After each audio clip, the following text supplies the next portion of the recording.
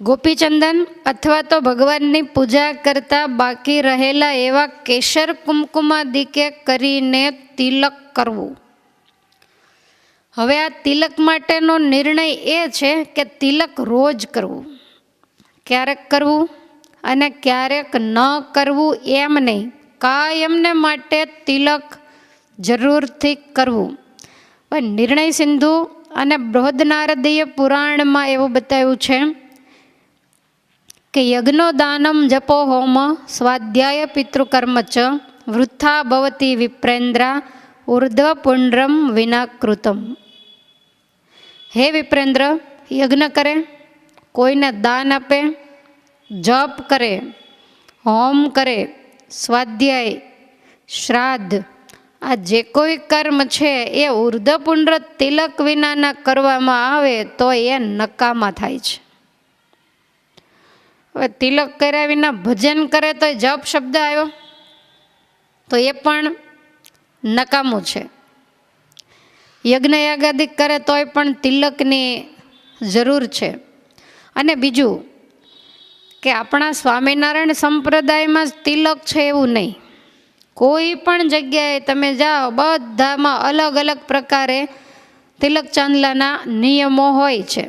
રામાનંદી સંપ્રદાય હોય તો એ ખાલી તિલક કરતા હોય, વૈષ્ણવ સંપ્રદાય છે તો એ પણ ખાલી તિલક કરે છે.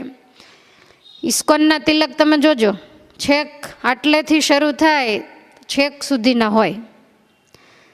હવે એની અંદર ગમે એવા શ્રીમંતો હોય, ઉદ્યોગપતિઓ હોય, પણ ચુસ્ત એને માનતા હોય, એમાં તો બાઈઓ અને ભાઈઓ બધાને એક જ સરખું તિલક કરવાની આજ્ઞા છે. આપણે ભાઈઓને અલગ છે, બહેનોને પણ મર્યાદા પ્રમાણે અલગ બતાવ્યા છે. એ જ પ્રમાણે શક્તિને માનતા હોય તો એ પણ લલાટની અંદર બિંદી કરતા હોય, કોઈ સીધો ઊભો ચાંદલો કરતા હોય, અલગ અલગ પ્રમાણે કરતા હોય. શિવના ઉપાસક હોય, ગણપત્ય, કાર્તિક સ્વામીને માનતા હોય તો એ લલાટની અંદર ત્રિપુંડ કરતા હોય છે. સૂર્યનારાયણના ઉપાસક હોય તો એ અર્ધ સૂર્ય જેવું ચિહ્ન લલાટની અંદર ધારણ કરતા હોય છે. એટલે આ તિલકનો વિધિ જે મહારાજ બતાવે છે એ દરેક સંપ્રદાયોની અંદર તે ચિહ્નોને ધારવામાં આવે છે, પણ તે સંપ્રદાયોને માનનારા તિલક કરતા નથી. કોઈક ચુસ્ત હોય એ કરતા હોય, બાકી લગભગ તિલક નથી કરતા. તો જે તિલક કર્યા વિના આવા યજ્ઞ યાગાદિ કોઈ પણ ક્રિયાઓ કરે, હોમ કરે, સ્વાધ્યાય કરે, શ્રાદ્ધ કરે તો એ બધું જ નિષ્ફળ જાય છે. આપણને ઘણીવાર એવો વિચાર આવે કે આપણા સત્કર્મ તો એટલા બધા કરીએ છીએ પણ સત્કર્મનું ફળ એટલું બધું ક્યાંય દેખામાં આવતું નથી. તો આનું કારણ આ છે કે સત્કર્મ કરતી વખતે જે વસ્તુની જરૂર હોય, શિખાની જરૂર હોય, તિલકની જરૂર હોય, ધોતી વગેરે વસ્ત્રની જરૂર હોય, કારણ કે આપણે પૂજા વગેરેમાં બેઠા હોઈએ ત્યારે એવી પરંપરા છે કે સીવેલું વસ્ત્ર નથી પહેરાતું. તો અત્યારે કોઈ એવા નિયમોને રાખતું નથી, એટલે બની શકે કે એ લોકો સત્કર્મ કરતા હોય તો એનું 25% ફળ કદાચ એને મળતું હોય. આમાં તો ચોખ્ખો શબ્દ જ લખ્યો છે કે વૃથા જાય છે, વૃથા ભવતી વિપ્રેન્દ્રા ઉર્ધ્વ પુંડ્રમ વિનાકૃતમ. નિર્ણય સિંધુ અને બૃહદનારદી પુરાણનો આ શ્લોક છે, એનું પ્રમાણ શતાનંદ સ્વામીએ ટાંક્યું છે. સ્વામિનારાયણ ભગવાને એવી કળા વાપરી અને શિક્ષાપત્રી લખાવી છે શતાનંદ સ્વામીની પાસે, એની ટીકા, કે જેની અંદર ક્યાંય તમે વચનામૃતનું પ્રમાણ નહીં દેખો, કોઈ જગ્યાએ તમે સત્સંગી જીવનનું પ્રમાણ નહીં દેખો. ક્યાંક કદાચ પ્રમાણ આપ્યું હશે તો એ મેં પોતે આપ્યું હશે, બાકી આની અંદર એ પ્રમાણો નથી. ટોટલી બહારના શાસ્ત્રો અને પુરાણોના જ પ્રમાણો છે. અને ખાસ કરીને વ્યાસ ભગવાન હોય, મોટા મોટા ઋષિમુનિઓ હોય, તો એણે જે નિર્ણયો કરેલા છે એ જ નિર્ણય શિક્ષાપત્રીની અંદર બતાવવામાં આવ્યા છે. પદ્મપુરાણ એવું બતાવે છે કે ઉર્ધ્વપુંડ્ર ધરો યસ્તુ શ્રાદ્ધમ કુર્યાત શ્રુભાનને કલ્પકોટી સહસ્ત્રાણી ગયા શ્રાદ્ધા ફલમ લભેદ. ઉર્ધ્વપુંડ્ર તિલક કરીને જે શ્રાદ્ધ કરે છે એને કોટી કલ્પ સુધી 1000 ગયા શ્રાદ્ધનું ફળ મળે છે. જુઓ, બેયની અંદર ડિફરન્સ તમે જુઓ. તિલક કરીને શ્રાદ્ધ કરે અને તિલક વિના શ્રાદ્ધ કરે, તો બેયની અંદર આટલો બધો ફેર બતાવ્યો છે કે કરીને જો કરે તો એક શ્રાદ્ધ કરે તો અનંત શ્રાદ્ધનું એને ફળ મળે છે. પણ એક વસ્તુ આમાં યાદ રાખવાની છે કે પોતાને શ્રદ્ધા કે વિશ્વાસ નથી અને શ્રાદ્ધ કરવા બેઠા છે અને એમાં તિલક ફરજિયાત છે એટલે કર્યું છે તો નથી ફળ મળતું. એ તો શ્રદ્ધા અને સંપૂર્ણ વિશ્વાસથી કરવામાં આવે તો જ એનું ફળ આટલું મળે છે. માટે તિલક વગર કરેલા જે શુભ કર્મ છે, તિલક છે એ આપણી નિશાની છે, અને એના વગરના કરેલા શુભ કર્મ કેવા છે? તો એવું કહી શકાય કે તમે કોઈ પણ જગ્યાએ ટપાલ લખો, અંદર સરસ વિગત લખી હોય પણ એડ્રેસ ના લખ્યું હોય તો એ બધા શુભ કર્મ ખોટા નથી. શુભ કર્મ સાચા. તમે પોસ્ટકાર્ડ સારામાં સારું લાવ્યા છો, અક્ષર સારામાં સારા, પેન સારામાં સારી, બધું જ સરસ. સારા મુહૂર્તમાં માની લો કે તમે લખ્યું છે, પણ એની અંદર જો તમે એડ્રેસ નથી લખ્યું તો એ પોસ્ટકાર્ડ જાય ક્યાં?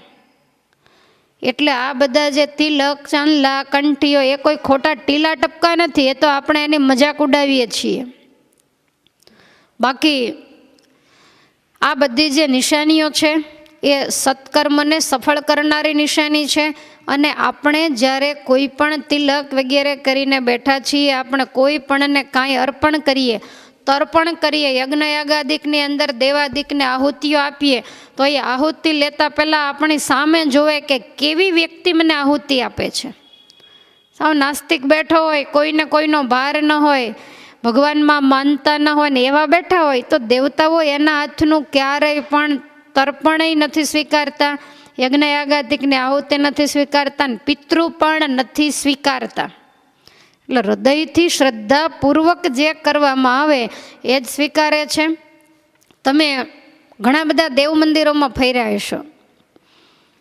દેવ હોય, દેવી હોય, કોઈ પણ હોય, કોઈ પણ દેવની મૂર્તિ તમે એવી જોઈ કે એનું લલાટ કોરું હોય? કોઈ પણ દેવી હોય તોય ભલે જે હોય તે, પણ બધા જ પોતપોતાની નિશાનીઓ રાખીને બેઠા હોય તો પછી એના અનુયાયીએ એનું અનુકરણ કરવું જ જોઈએ. ભગવાન શ્રી હરિ કદાચ તિલક ન કરે તો એને કોણ કહેવાનું? પણ એ પહેલાં કરે છે, પછી આપણને બધાને એણે આજ્ઞા કરી છે. તમે ભગવાન શ્રી કૃષ્ણ જોજો, તમે ટીવીઓની અંદર જોતા હશો કે જે લોકો એની અંદર વેશ ભજવતા હોય એણે એની જિંદગીમાં ટીલા નહીં કર્યા હોય, પણ આ વેશ ભજવવો હોય, એણે ધર્મરાજ બનવું હોય, એણે અર્જુન બનવું હોય, તમે જોજો દુર્યોધન દુષ્ટ છે તો એના લલાટમાં નિશાની, એનું લલાટ ક્યારેય કોરું નહીં હોય. એટલે અલગ અલગ, જો કર્ણ છે સૂર્યપુત્ર છે તો એને સૂર્યની નિશાની હોય જ. એટલે આ બધાએ પણ મોટા મોટા રાજ રજવાડાઓની અંદર હતા તોય બધા જ પોતપોતાની નિશાનીઓ રાખતા. તમે ગમે તે જગ્યાએ ગુજરાતી સાહિત્યમાં કવિ દલપતરામનો ફોટો જોશો, ફરજિયાત તિલક ચાંદલો હશે. ક્યાંય પણ એનો ફોટો તમને તિલક ચાંદલા વિનાનો જોવા નહીં મળે. તો એ વખતના સર્વશ્રેષ્ઠ ગુજરાતીના કવિ હતા, અને એ પોતે એમ કહેતા કે રૂડી ગુજરાતી વાણી રાણીનો વકીલ છું, પોતે આવું કહેતા. પણ છતાંય એના લલાટમાં તિલક ચાંદલો ફરજિયાત હોય. એ બધા મોટા મોટા ફંક્શનોમાં જતા જ હશે ને, કવિ સંમેલનો થતા હશે, અને કોઈ નહીં કહેતો હોય કવિરાજ આ તમે શું કર્યું છે એમ, પણ છતાંય ક્યારે એણે તિલક ચાંદલાનો ત્યાગ નથી કર્યો. અને આપણે જાણીએ છીએ ટ્રેનમાં મુસાફરી કરતા ને કોઈક એને કીધું કવિરાજ તમે આ ટીલું ક્યાંનું તાણ્યો? ત્યારે એણે કહ્યું કે તો મારા ઈષ્ટદેવનું નિશાનીનું ચિહ્ન છે તિલક ચાંદલો, હું સ્વામિનારાયણનો સત્સંગી છું. પછી એણે કહ્યું કે અમે તો એવું સાંભળ્યું છે કે સ્વામિનારાયણ છે એ તો મોચી છે. અને આવું જ્યારે કહ્યું ત્યારે દલપતરામ કવિએ કહ્યું કે એ બરાબર છે, પણ એ મારા ને તારા જોડા સિવાય એવો નથી, મારા ને તારા ખોળિયાનો બનાવનારો એ છે. પણ સહેજ પણ શરમ રાખી અને એણે ક્યારેય તિલક ન કર્યું એવું જ્યારથી સત્સંગમાં આવ્યા, એ બાળપણથી એના મોસાળનો સત્સંગ હતો, તો જ્યારથી સત્સંગમાં આવ્યા ત્યારથી એના છેલ્લા શ્વાસ સુધી તિલક થયું. આપણા સંપ્રદાયની અંદર, બીજા સંપ્રદાયોની અંદર વ્યક્તિ ગુજરી જાય અને પછી એને સ્નાન કરાવી અને અંતિમ વિધિ માટે લઈ જાય તો એને કંઠી જે સંપ્રદાયને માનતા હોય એના તિલક ફરજિયાત કરવામાં આવે જ છે. નહીંતર પાર્થિવ શરીરને તો અગ્નિ મૂકવાનો હોય, પણ ભગવાનનો આશ્રિત છે એનું ખોળિયું તિલક સહિત જ બળાય, એમને એમ બળતું પણ નથી. કંઠી પણ એને પહેરાવવામાં આવે. તમે જો અમારા સાધુ સંતો હોય તો હાથમાં માળા વગેરે પણ આપવામાં આવે છે. એટલા માટે કોઈ પણ દેવદેવીઓ તિલક વગરના નથી. બધાને પોતપોતાની નિશાની હોય છે, તો એ નિશાનીઓને જરૂર ધારણ કરવી. કોઈ આર્મીની અંદર જાય, કોઈ પોલીસની અંદર જાય, એમાંય ઊંચી નીચી બ્રાન્ચ હોય તો બધા એને ખભે એના સિમ્બોલ ધારણ કરવા પડે. કોઈના હાથમાં લાઠી રાખવાની હોય, કોઈને રાઇફલ, બીજું ત્રીજું જે કાંઈ હોય. કોઈ એમ કે આ હું નહીં રાખું, તો ત્યાં એવું નથી ચાલતું. એટલે બધા જે નિયમો હોય એ પ્રમાણે રહેવું જ પડતું હોય છે. તો ભગવાન શ્રી હરિ આ શાસ્ત્રોના પ્રમાણ ટાંકી અને આપણને કહે છે કે તમે તિલક કર્યા વિના કોઈ પણ સત્કાર્ય કરો તો તિલક છે એ શિરનામું છે, એટલે શિરનામા વિના કરેલું કાર્ય એ તમે ઈચ્છો એવું ફળ નહીં આપે. તિલક અને કંઠી વિનાના તમામ સત્કર્મોને રાક્ષસો હરી જાય છે. આ પણ શાસ્ત્રનું પ્રમાણ જ છે. જેમ પતિવ્રતાને સેથામાં સિંદૂરનો મહિમા છે, એમ ભગવાનના ભક્તને ચિહ્નનો મહિમા હોય તો જ પતિવ્રતાની ભક્તિ સાચી ગણાય. આપણી ભક્તિ છે એ પતિવ્રતાની ભક્તિ છે, એટલે એની નિશાની તો જરૂર હોવી જોઈએ. આપણા લલાટમાં નિશાની હોય તો આપણની સામે કોક આપણી જોવે ને તો એને તરત આપણા ઈષ્ટદેવ યાદ આવે કે આ સ્વામિનારાયણનો ભગત લાગે. અમસ્તા એ ભલે નામ ન લેતા હોય પણ એ બાને નામ લે. વૈષ્ણવ તિલક હોય તો તરત એમ થાય કે શ્રી કૃષ્ણ ભગવાનના ઉપાસક હશે. રામાનંદી તિલક હોય તો એમ થાય કે ભગવાન રામના ઉપાસક હશે. એટલા માટે આ ચિહ્ન ધારણ કરવું જરૂરી છે. જો પતિવ્રતાની ભક્તિ હોય તો ધારણ કરવું. બહેનો માટે આવશે આગળ, એમણે ખાલી કુમકુમનો ચાંદલો કરવો, બીજા ચાંદલા ચોડવા નહીં. હવે એ બધી ફેશન વહી ગઈ. હવે કંકુના ચાંદલાની ફેશન લાવો. લલાટમાં હંમેશા કુમકુમનો ચાંદલો. વડીલ હોય એણે મોટો કરવો, નાના હોય ને એવું લાગે કે આટલો બધો મોટો નહીં તો એણે નાનો એવો કરવો, પણ એણે જરૂર કરવો. પણ અત્યારે જે વિધિ ચાલે છે એ તિલક ચાંદલાનો વિધિ ચાલે. જ્યારે જે વિધિ આવે ત્યારે એના ઉપર પ્રકાશ પાડવામાં આવે છે. લલાટની અંદર તિલક ચાંદલો હોય તો એને જોનારાને એવું લાગે કે આને માથે કોઈક છે, કોઈકનો આની માથે ભાર છે. અને બિલકુલ તિલક ચાંદલો વગેરે કાંઈ ન હોય તો એનું જે લલાટ છે એ વિધવા સ્ત્રી જેવું લાગે. એમ થાય કે આને કોઈનો આશ્રય નથી. અને જેનામાં કોઈનો આશ્રય નથી, નિશાની નથી, એની ઉપર પછી કોણ બળ હુકમ કરે? યમદૂતો, બીજું કોણ કરે? બાકી લલાટની અંદર ચિહ્ન હોય ત્યાં સુધી એ આવી શકતા નથી નજીક. એટલે મહારાજ કહે છે જેના શરીર ઉપર મારું ચિહ્ન હોય તો એ વંદન કરવાને યોગ્ય છે. તિલક ચાંદલાવાળી કોઈ વ્યક્તિ તમને સામે મળે તો આપણને જાણે એવું લાગે કે શુકન થયા, ભગવાનના ભક્ત આપણને સામે મળ્યા. તો આપણા શુકન લે. અને કોરા કપાળવાળો સામે મળે તેમ થાય કોણ જાણે કેવો હશે. અને તિલક ચાંદલો હોય ને એટલે લોકો આપણી ખાનદાની વિશે વિચારી જ લે કે આ જેવો તેવો ન હોય, જે કાયમ તિલક ચાંદલો કરતો હોય એ.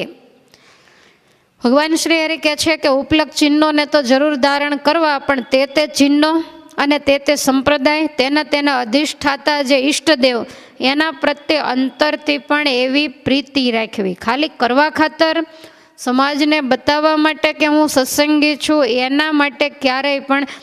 ક્યારેક કેવું હોય કે ધંધાઓની અંદર પોતાની ખીચડી પકાવવા માટે સત્સંગના ચિહ્નો ધારણ કરતા હોય, કારણ કે આખો એરિયો સત્સંગી હોય ને પછી એ વખતે એ આ રીતે ચિહ્ન ધારે તો એનો ધંધો વગેરે સારી રીતે, દુકાન બીજું ત્રીજું સારું ચાલે.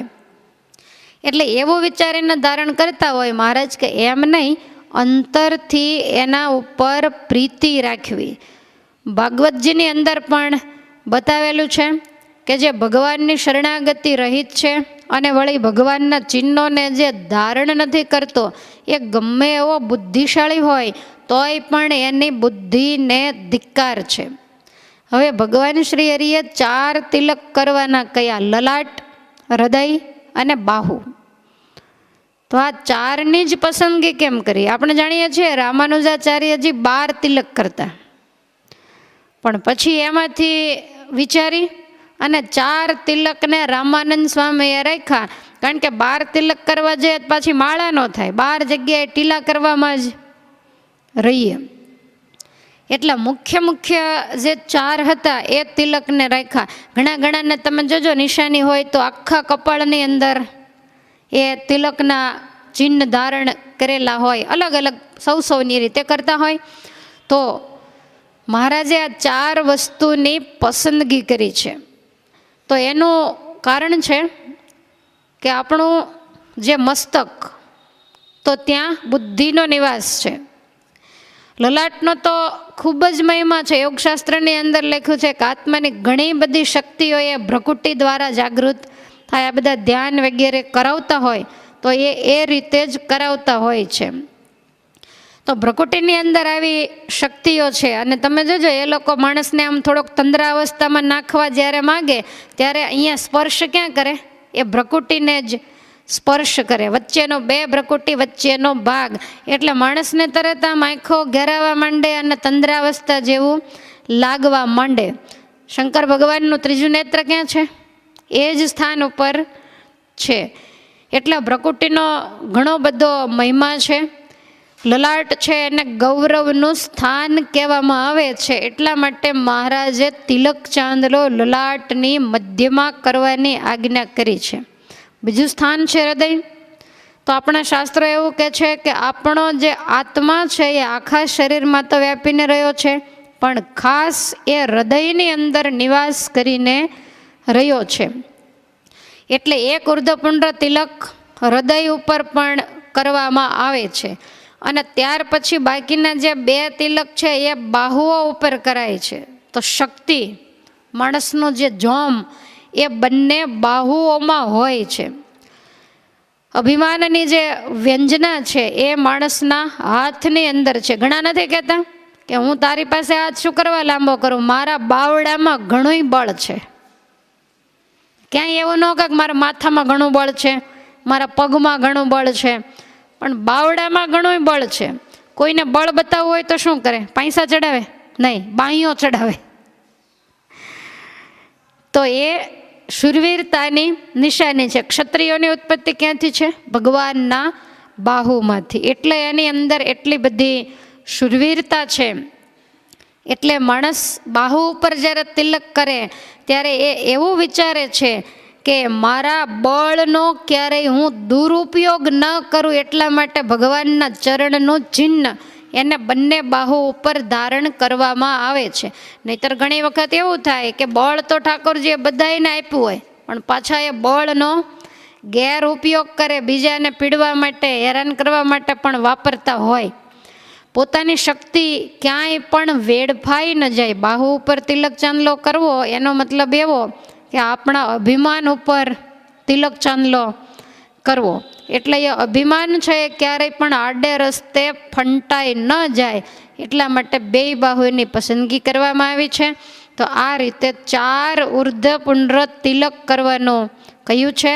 તમામ શાસ્ત્રોની અંદર નિર્ણય સિંધુ, બૃહદનારદીય પુરાણ, આશ્વાલયની સ્મૃતિ, વૃદ્ધ પારાશર સ્મૃતિ, પદ્મપુરાણ, ધર્મસિંધુ, મદન પારિજાત, પાદ્મોત્તરખંડ, કુર્મ પુરાણ, ભક્તિવિલાસ, આ બધા જ ગ્રંથના પ્રમાણ આ શ્લોકની અંદર શતાનંદ સ્વામીએ આપ્યા છે અને બધાને તિલક ચાંદલો કરવાનું કહ્યું છે.